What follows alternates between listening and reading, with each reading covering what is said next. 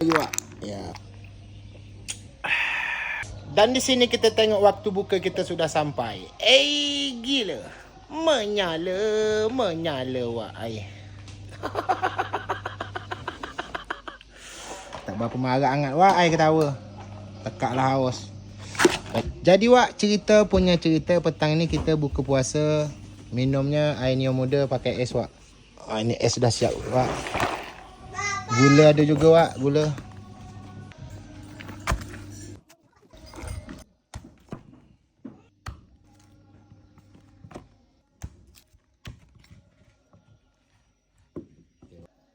Kita ambil isi dia dulu wak. Hombankan gula lagi wak.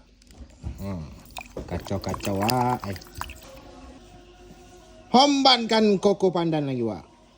Biar tambah menyala wak.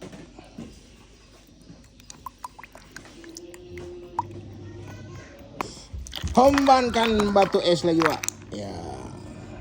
Alhamdulillah dah sampai waktu buka wak.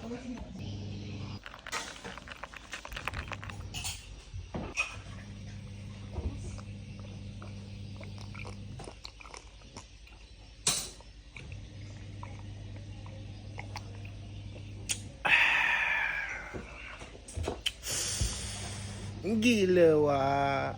Menyala wak ai.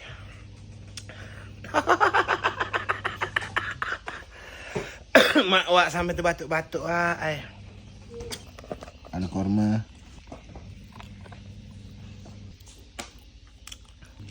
Risol. Habis ni kita langsung makan nasi wak. Masih bersama ikan pari lagi wak.